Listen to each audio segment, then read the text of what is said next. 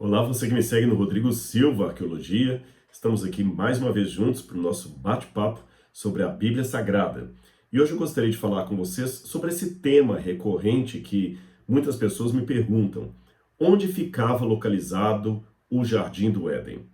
Bem, antes de entrar no assunto de hoje, se você não é inscrito no canal, está aí a oportunidade, se inscreva, ative o sininho de notificações e, se gostar, partilhe com seus amigos, deixe o seu like e também o seu comentário aqui para o engajamento do canal, tá bem? Vamos à Bíblia. Gênesis capítulo 2, versículos 8 em diante, começa a contar a história do Jardim do Éden, um paraíso especial preparado por Deus para colocar nele o casal humano que ele também havia acabado de criar. E assim diz a Bíblia Sagrada, Gênesis 2, verso 8 em diante. E o Senhor plantou um jardim no Éden, na direção do Oriente, e pôs o homem que havia formado nele. Do solo o Senhor fez brotar todo tipo de árvores agradáveis à vista e boas para o alimento, e também a árvore da vida no meio do jardim, e a árvore do conhecimento do bem e do mal. E um rio saía do Éden para regar o jardim, e de lá se dividia, repartindo-se em 4 braços. O nome do primeiro rio é Pison, que rodeia a terra de Havilá, onde há ouro. O ouro dessa terra é bom. Também se encontram ali o bidélio e a pedra de ônix.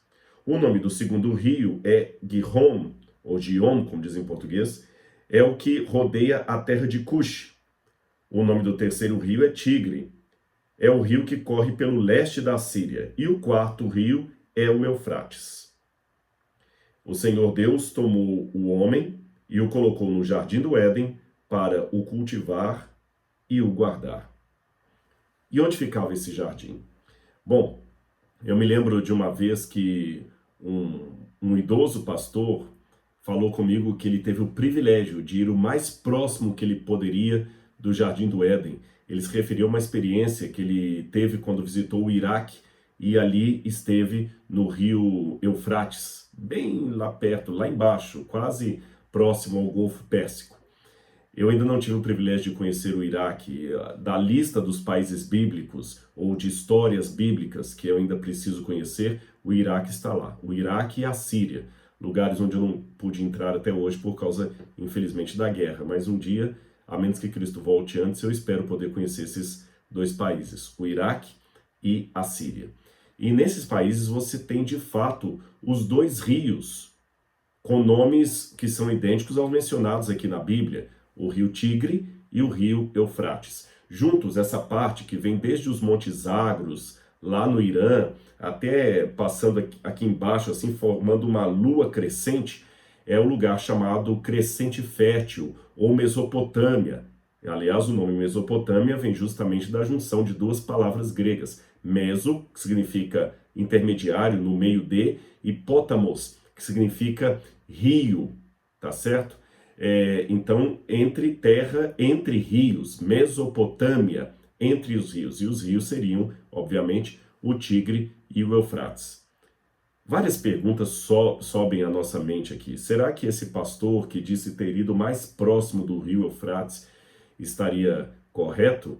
Ele falou isso certamente baseado na passagem da Bíblia que fala que dos 4 rios mencionados em ligação com o Jardim do Éden, você tem 2 deles chamados Tigre e Eufrates, que são os rios que estão ali na Mesopotâmia. Aliás, muitos aldeães ou cidadãos daquela terra falam, realmente aqui ficava o Jardim do Éden. Será isso verdade? Nós temos alguns problemas aqui para resolver com relação a esta localização do Jardim do Éden, que pode parecer apenas uma curiosidade sem sentido, mas dá para a gente tirar uma lição espiritual que eu vou fazer no final desse vídeo.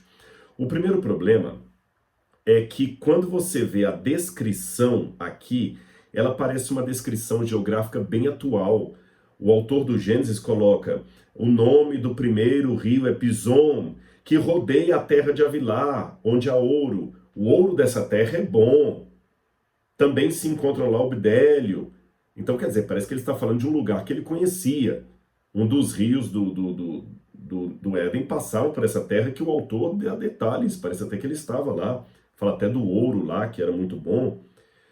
Quando ele vai falar o nome do segundo rio, ele fala do Gihon, que rodeia a terra de Cush, uma terra também conhecida por ele. Ou seja, parece que ele está falando sempre de uma geografia presente, algo que ele experimentou. O grande problema começa a surgir aqui. Em primeiro lugar, o rio Tigre e Eufrates, nós sabemos onde ficavam, mas o rio Gihon e Pison, ninguém faz ideia onde seriam esses rios. Ninguém faz ideia. Mesmo a terra de Avilá e Cush, não temos uma certeza absoluta onde ficava. Na verdade, no Antigo Oriente Médio, não há nenhum rio que se divida em 4 braços, conforme a descrição aqui. E embora, se você for fazer um desenho ali do Golfo Pérsico, você de fato tem o Tigre e Eufrates nascendo aparentemente de um mesmo rio, mas ele não se divide em outros 2 braços. Quais seriam esses outros 2 braços aqui? Um outro problema que nós temos em destacar esses rios aqui é que a Bíblia também fala, depois desse episódio aqui da queda do ser humano, a partir do capítulo 7, ela fala de um dilúvio que Deus mandou e que destruiu toda a terra, exceto a família de Noé, que estava na arca protegida por Deus. O resto da terra foi inundado. Então imagina, se o dilúvio de fato foi um evento universal, não ficou nada da geografia pré-diluviana que a gente possa tomar por referência. Então nenhum rio pré-diluviano subsistiria para contar a história, porque a terra seria toda inundada, destruída. E mesmo aqueles que acreditam, eu não faço parte desse grupo, que o dilúvio foi apenas localizado, eles também hão de admitir que ele foi localizado, mas ele destruiu uma área ali. Como é que um rio pré-diluviano sobreviveria depois do dilúvio? Não faz sentido isso aí. Os rios mudam de curso. Fora o fato, como eu já falei, que não existe geograficamente nenhum rio que dá 4 braços ali na região do Oriente Médio, exatamente 4 braços, e o Tigre e o Eufrates que temos hoje são 2 braços. Onde é que estão o Gihon e o Pison? Nós temos outro problema aqui, que quando você vai ler aqui o verso 14, fala assim: o nome do terceiro rio é Tigre, é o que corre pelo leste da Assíria. Ora, veja bem, de fato esse aqui no hebraico não fala a palavra tigre, mas os comentaristas e hebraístas estão de comum acordo que se refere ao rio Tigre. Isso aqui não há dúvida na academia. O problema é que o rio Tigre atualmente, ou pelo menos no tempo da antiguidade, ele não passava ao lado da Assíria, mas dentro dela. E aqui diz, o rio Tigre que corre pelo leste da Assíria. No original hebraico está o rio Tigre que corre em frente à Assíria. É porque sempre que eles iam descrever o Oriente, eles descreviam na perspectiva de algo que está de frente de. Então o que o texto bíblico está querendo dizer é o seguinte, que o rio Tigre passava aqui e que ele estava justamente em frente da Assíria, ou pelo leste da Assíria. Então dá a entender que aqui estaria, nessa bolinha, a Assíria, tá vendo? E ao leste dela estaria o rio Tigre, ou seja, defronte dela. O problema é que o rio Tigre não está defronte da Assíria. Ele está passando pelo meio da Assíria. Alguns especialistas antigos, como Seis, diziam que, na verdade, o texto estava falando de Ashur, a capital da Assíria. E Ashur, de fato, ficaria aqui e o rio passaria diante dela. Mas a palavra Ashur, a capital da Assíria, não é usada em nenhum outro momento na Bíblia. Todas as vezes que a Bíblia fala da Assíria, fala do país. Então nós temos aqui uma imprecisão geográfica. Uma imprecisão geográfica. O rio Tigre não passa a leste da Assíria. Então é muito complicado isso aqui. Ele não passa em frente para o ocidente. Aliás, tem um outro problema também. Quando eu pego a capital, Ashur, ela está o rio está no ocidente dela e não ao oriente. Tem esse outro problema para resolver também. Então tem uma imprecisão geográfica aqui. Bom, tentativas houve as mais diferentes de tentar localizar o Éden, tentar corrigir essas discrepâncias históricas aqui. A terra de Cush, para muitos, seria a Etiópia. A terra de Avilá, a terra do ouro. Alguns pensam que a palavra Avilá significa terra de areia, mais ou menos. Alguns pensam que a terra de Avilá seria no sul da Arábia, porque realmente o que você tem ali é um deserto, é uma terra de areia. Então, no sul da Arábia que ficaria a terra de Avilá. Aí alguns, com base nisso, até acreditam que, quando a Bíblia fala, eu vou tentar mostrar um mapa para vocês aqui, que o rio Pison seria provavelmente esse rio aqui, Oxus, que também é chamado de Moram Edem, que é um rio que fica ao norte, a Mudaria, melhor dizendo. O nome dele seria a Mudaria, que ficaria onde hoje seria o Irã, seria a Pérsia. Então o rio ficaria aqui. O Tigre e Eufrates estariam aqui no meio, e o outro rio que se perdeu seria o rio Nilo. Uma referência ao rio Nilo, ao rio Persa, o rio de Amudaria, e o Tigre e Eufrates aqui. O grande problema com essa descrição é porque isso aqui não tem nada a ver com um rio que se divide em 4 braços.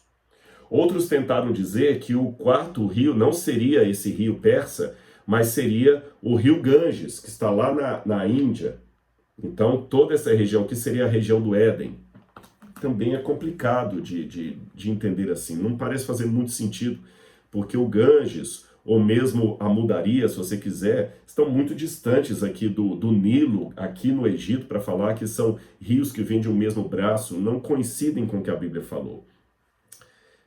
Como é que a gente pode resolver esse problema, Rodrigo? Onde estaria o Jardim do Éden? Eu já vi várias colocações. A mais clássica acredita que o Jardim do Éden seria ali no Golfo Pérsico, porque dali que sai o braço que vai dividir entre Rio Tigre e Eufrates.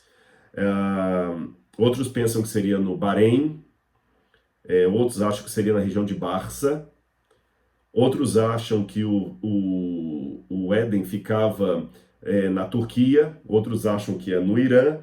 Alguns acham que seria na Pérsia. E há alguns que acham que o Éden seria na Etiópia. E há quem acredite que o Jardim do Éden ficaria em Jerusalém, onde hoje é Jerusalém. Por que em Jerusalém? Bom, quando você vai para Ezequiel, capítulo 28, versículos 12 a 15, você tem uma passagem curiosa. Ezequiel, capítulo 28, versículos 12 a 15. Eu vou ler na Bíblia para você. Lá fala, novamente, do Jardim do Éden. E diz assim, fala assim, filho do homem, profetiza contra o rei de Tiro, que é uma figura até do diabo, e diz-lhe, assim diz o Senhor, você era o modelo da perfeição, cheio de sabedoria, cheio de formosura, você estava no Éden, jardim de Deus, e se cobria de todas as pedras preciosas, sárdio, topázio, diamante, berilo, ônix, jaspe, curbúnculo, safira, esmeralda. Então fala que ele estava ali no jardim de Deus. E aqui também fala do rio que passa no lugar onde tem o bidélio e a pedra de ônix. Parece que está falando do jardim do Éden. E continua dizendo, você era o querubim da guarda e foi ungido e eu estabeleci. E você permanecia no santo monte de Deus. E andava no meio das pedras brilhantes. O santo monte de Deus, invariavelmente na Bíblia, é o nome que se dá para o Monte Sião, para Jerusalém, o lugar onde ficava o templo. Então, alguns fazem uma associação entre Ezequiel 28, falando do monte de Deus, como sendo o Jardim do Éden, e como o monte de Deus, invariavelmente, em toda a Bíblia, é Jerusalém. Então, acreditam que Jerusalém seria o lugar do Jardim do Éden, originalmente. Você sabe que tem até uma possibilidade teológica, isso não é dito explicitamente na Bíblia, porém, alguns teólogos acreditam que provavelmente, quando o dilúvio cobriu a terra para que o jardim do Éden não fosse submerso pelas águas do dilúvio, que era uma maldição. O jardim do Éden foi levado por Deus para o céu. É lógico, a Bíblia não diz isto. É uma inferência que alguns fazem. Por quê? Essa inferência é baseada também em Apocalipse, capítulo 2, versos 17, 2, 17, que lá fala assim: o vencedor comerá do fruto da árvore da vida que está no paraíso de Deus. E como ali o tempo do Apocalipse é muito presente, fala que ele comerá do fruto da árvore da vida que está agora no paraíso de Deus. Mas se está no paraíso de Deus, não pode ser aqui na terra, porque a gente não localiza o paraíso de Deus aqui na terra. E a promessa do Apocalipse parece estar se referindo à Nova Jerusalém, que tem a árvore da vida e que desce do céu. E segundo o entendimento de muitos, ela desce sobre o Monte das Oliveiras, que de acordo com o livro de Zacarias vai se fender. E ali haverá o juízo final. E existe inclusive uma crença judaica que Jerusalém será o último ato de juízo de Deus com os homens, que muitos pensam que será aquela cena do final do milênio no Apocalipse, quando a Nova Jerusalém desce sobre o Monte Sião, perdão, sobre o Monte das Oliveiras, e abre uma fenda, e no lugar da Jerusalém terrena, desce a Jerusalém do céu, que de acordo com uma interpretação teológica que faz sentido, a Jerusalém do céu é nada mais nada menos que o Éden restaurado. Então é a partir dessas inferências que alguns deduzem que o Éden não foi de certa forma abandonado por Deus, tanto é que ele deixou querubins ali protegendo a árvore da vida, mas Deus também não o destruiu no dilúvio, porque se Deus tivesse destruído o Éden no dilúvio, não faria sentido João fazer referência à promessa de Deus que o vencedor comerá do fruto da árvore da vida que está no paraíso de Deus. Então por isso deduz-se que o paraíso não foi destruído. Se ele não foi destruído e ele não está na terra, então Deus o transportou para o céu. Mas isso, como eu disse, não está explicitamente na Bíblia, é uma inferência que muitos fazem. Seja como for, Rodrigo, onde ficava o Éden? Alguns teólogos liberais, como Robert Alter, falam o seguinte: é bobagem procurar o jardim do Éden, porque essa primeira parte aqui do Gênesis é proto-história, isso aqui é novela. Gênesis 1 a 11 é bem diferente do estilo literário de Gênesis 12 em diante, que fala dos patriarcas. Ali parece histórico, o anterior parece mitológico. Porém, isso não é um consenso, não. Há hebraístas sérios, como Ephraim Spicer, que diz que não, que o prefácio do Gênesis é histórico. E ali é o prefácio da história que virá depois do capítulo 12. E até a forma como descreve aqui o Bidélio e tudo. Então, alguns pensam que existe alguma historicidade, sim, no Gênesis. Mas se houve essa historicidade, o dilúvio cobriu a terra, por que eu posso dizer que esses rios aí é onde estaria localizado o Jardim do Éden? No Talmud, você fala do Éden do alto e do Éden de baixo, que aparentemente os dois se encontram quando, pela hipótese que eu levantei, o Éden daqui foi levado para as alturas por Deus. Bom, como é que eu interpreto isso aqui? Eu, aparentemente, irmãos, não creio que o rio Tigre e Eufrates de hoje correspondem ao Tigre e Eufrates mencionado aqui no livro do Gênesis. Por que razão? O dilúvio foi um evento tão catastrófico que, se ele foi verdadeiro como a Bíblia apresenta, ele não pode ter sido uma inundação. Porque Deus promete a Noé, o pacto noético, que ele não mandaria outro dilúvio sobre a terra. E inundação tem uma atrás da outra acontecendo na história. Se o dilúvio, então, for uma inundação localizada, Deus quebrou a promessa, porque ele mandou várias outras inundações e ele falou que não mandaria mais um dilúvio sobre a terra. Outra questão, Jesus promete que a volta dele será como o dilúvio. Aliás, até o apóstolo Pedro fala, assim como Deus destruiu aquela humanidade pelo dilúvio, destruirá agora novamente pelo fogo. Então a comparação, o paralelo que tanto Pedro quanto Jesus fazem do fim dos tempos e do dilúvio, mostra uma universalidade, porque o fim dos tempos, o juízo final, a volta de Jesus, é um evento de característica global, universal. Então o dilúvio também tem de ter sido um elemento global, universal. E quando você vê pela geologia, mesmo a geologia evolucionista, ela admite que a Terra passou por catástrofe, ou catástrofes no passado, que dizimaram todo o planeta. por exemplo, a própria, pergunte para um evolucionista como é que os dinossauros desapareceram. Ele vai falar que provavelmente foi um astroblema, um meteoro que caiu do céu, ali mais ou menos onde hoje é o Golfo Pérsico, e causou aquele cataclismo que sepultou animais, paquidermes, destruiu os dinossauros, e depois que veio, no outro período aí, a geração dos seres humanos. Se eu trabalhar com a hipótese que essas múltiplas catástrofes universais que os geólogos evolucionistas apresentam pode ter sido tanto uma, ou seja, o dilúvio, aí realmente eu posso mais uma vez ratificar que a Terra não poderia ter hoje sobrevivido nada da geografia ou da geologia pré-diluviana. Só para você ter uma noção, em geologia há dois tipos de eventos, o ordinário e o extraordinário. O evento ordinário é aquele que acontece aos pouquinhos, que a gente nem consegue testemunhar. Uma erosão, um envelhecimento de um edifício. Por exemplo, se eu pegar essa casa que eu moro aqui e deixá-la sem manutenção, ao léu, tomando sol, chuva, sem manutenção, um dia ela vai cair. Mas vai ser daqui a uns 400 anos, talvez daqui a 400 anos, sem nenhuma manutenção, um dia essa casa cai. Aí, quando ela cair, alguém pode falar assim, realmente, essa deve ser uma casa de 400 anos, porque ela está tão envelhecida e agora ela caiu. Porém, um terremoto poderá fazer essa casa cair em 2 segundos, mesmo que ela tivesse sido construída há 1 ano. O terremoto é um evento extraordinário. Ele produz, em poucos minutos, o que o evento ordinário demoraria 400 anos. Percebeu?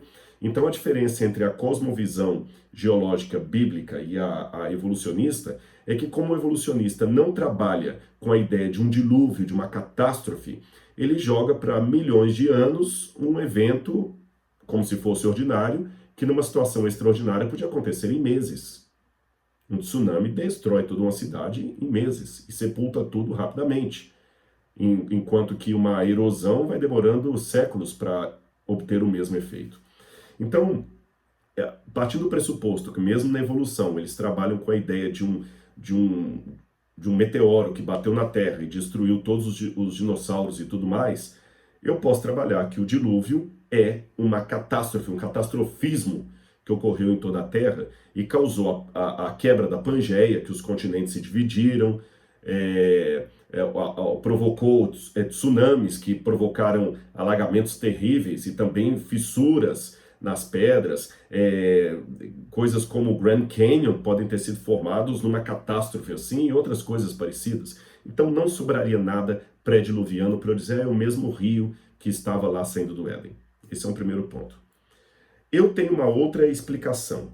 Para mim, quando você vai, por exemplo, aqui no Brasil, no Rio de Janeiro tem uma cidade chamada Nova Friburgo. A TV Novo Tempo ficava lá. Por que Nova Friburgo? Porque os que moraram ali no início eram descendentes daqueles que vieram da Alemanha, onde tem a cidade de Freiburg. Então lá tem a cidade de Freiburg, eles aportuguesaram para Friburgo e criaram Nova Friburgo. Percebeu? Porque tem uma cidade lá. Da mesma maneira, os judeus que foram para os Estados Unidos, tinha uma cidade de York, na Europa, eles fundaram uma cidade chamada Nova York. Nova York. Você tem então Nova Friburgo.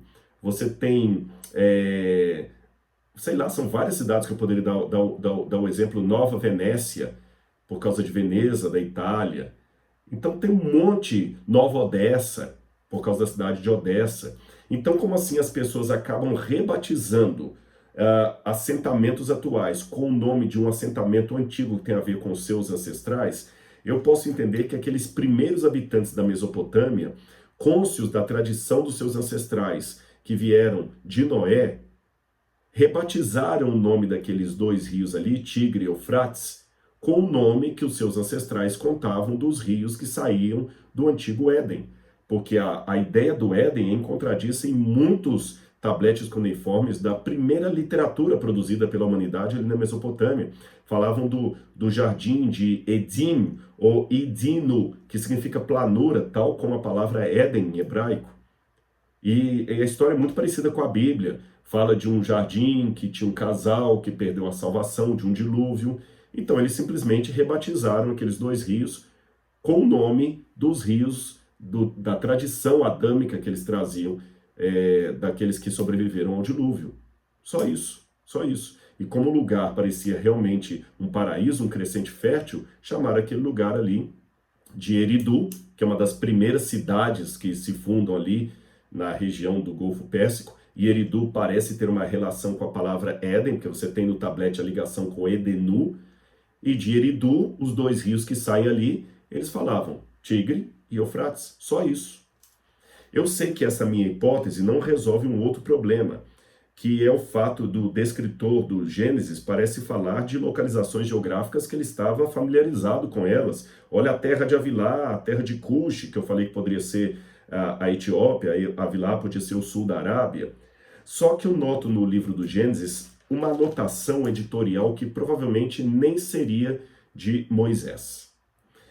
Isso que eu vou dizer aqui, eu falo com muito cuidado, porque eu não estou endossando a hipótese documentária da alta crítica. Quem estudou teologia sabe do que eu estou falando, que acredita que o Gênesis é uma coxa de retalhos de vários autores. Não vejo assim.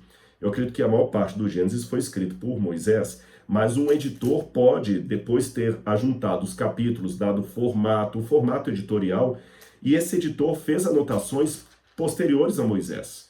Por exemplo, Ur aqui é descrito como Ur dos Caldeus. Na época de Moisés não existia Ur dos Caldeus, Caldeia. Isso é uma nomenclatura posterior. Então você vê que alguém fez ali uma atualização do texto para fazer uma referência, mais ou menos, do que ele quer dizer. Quando Abraão foi perseguir os que tinham atacado Ló e sequestrado Ló, diz que ele os perseguiu até Dan. Mas Dan é uma cidade que só ia ter esse nome séculos depois, quando Jacó teria um filho chamado Dan, que por sua vez geraria uma tribo das de Israel chamada tribo de Dan. Essa tribo conquista a cidade de Lechem e ele dá o nome de Dan. Isso aí estou falando por volta de 1300 a.C., enquanto Abraão está por volta de 1800, 1900 a.C., ou seja, estou falando de 500 anos antes. Como é que Abraão poderia persegui-los até Dan se não existia nenhuma cidade com esse nome? Essas atualizações são similares àquela que os historiadores usam quando falam em 1500, Pedro Álvares Cabral descobriu o Brasil. Ele não descobriu o Brasil, não tinha nenhum país com esse nome. Como é que você vai descobrir uma coisa que não existe? A rigor, Pedro Álvares Cabral, em 1500, descobriu uma terra que muito tempo depois viria a ser chamada Terra de Veracruz, Terra de não sei o que mais, tal, Terra Brasil, Terra do Brasil. Mas para não complicar com tantos detalhes, o historiador facilita, ele descobriu o Brasil. Cristóvão Colombo, em 1496, descobriu a América. Ele descobriu a América. Ele nem sabia que aquele continente ia se chamar América. Ele descobriu uma terra que depois se chamaria América. Então essas atualizações anacrônicas da história também estão aqui no texto do Gênesis. E eu acredito que esse mesmo editor que fez algumas anotações anacrônicas aqui, também fez algumas anotações. Olha, o primeiro rio é o Pison, que rodeia a terra de Avilá. Olha, ele fez uma anotação. Por que ele fez essa anotação? Dando mais ou menos as coordenadas geográficas, a partir de onde eles imaginavam que poderia ser a região do Éden, na Banda do Oriente. Porque é importante notar também que Éden é o nome de uma região. Uma região. E o Senhor plantou um jardim no Éden.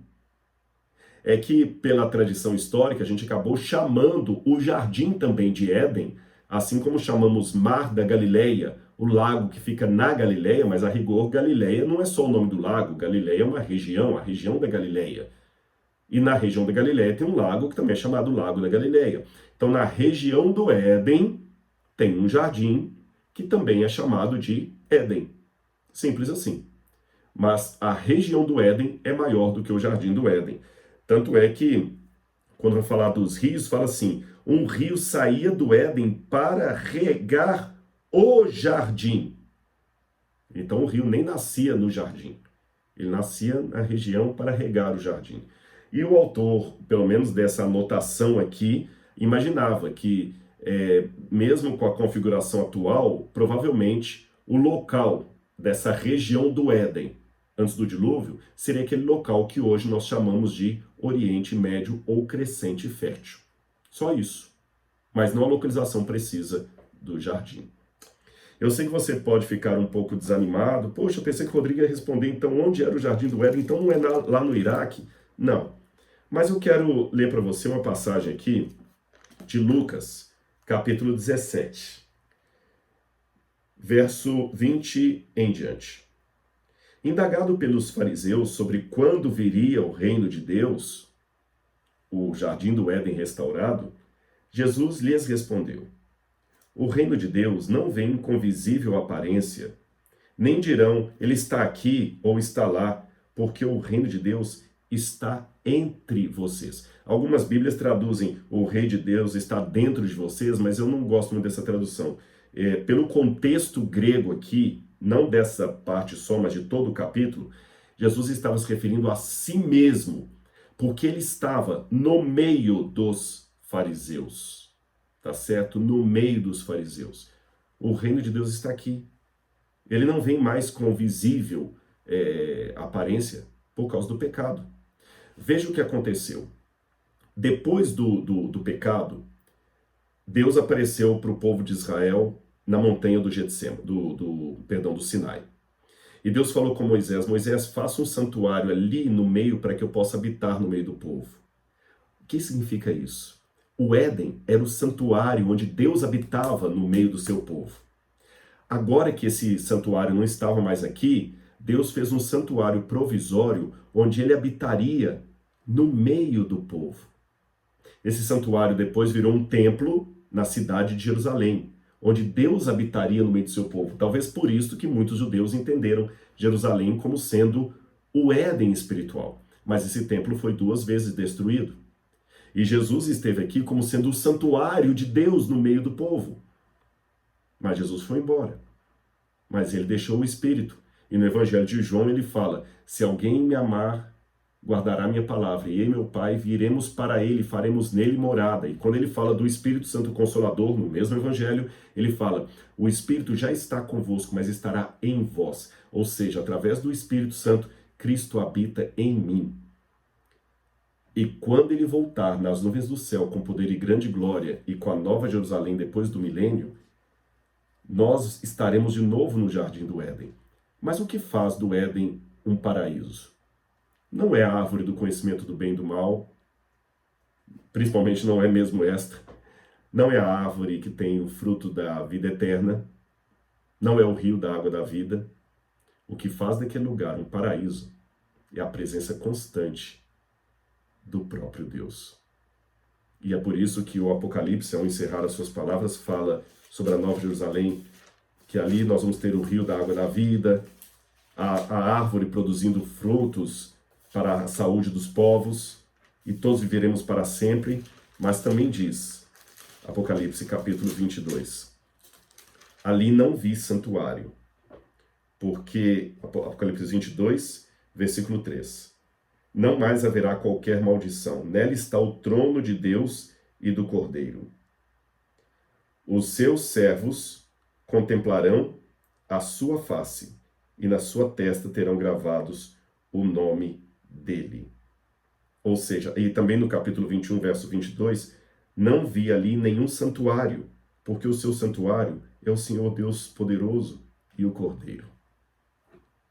Quer saber onde hoje, antes que a Nova Jerusalém volte, está o Jardim do Éden? Depois dessa mensagem aqui, desse vídeo, olhe no espelho, porque se você entregou sua vida a Jesus e ele está morando em seu coração, você passa a ser o Jardim do Éden nessa terra. Então o Jardim do Éden não está lá no Iraque, entre o rio Tigre e o Eufrates.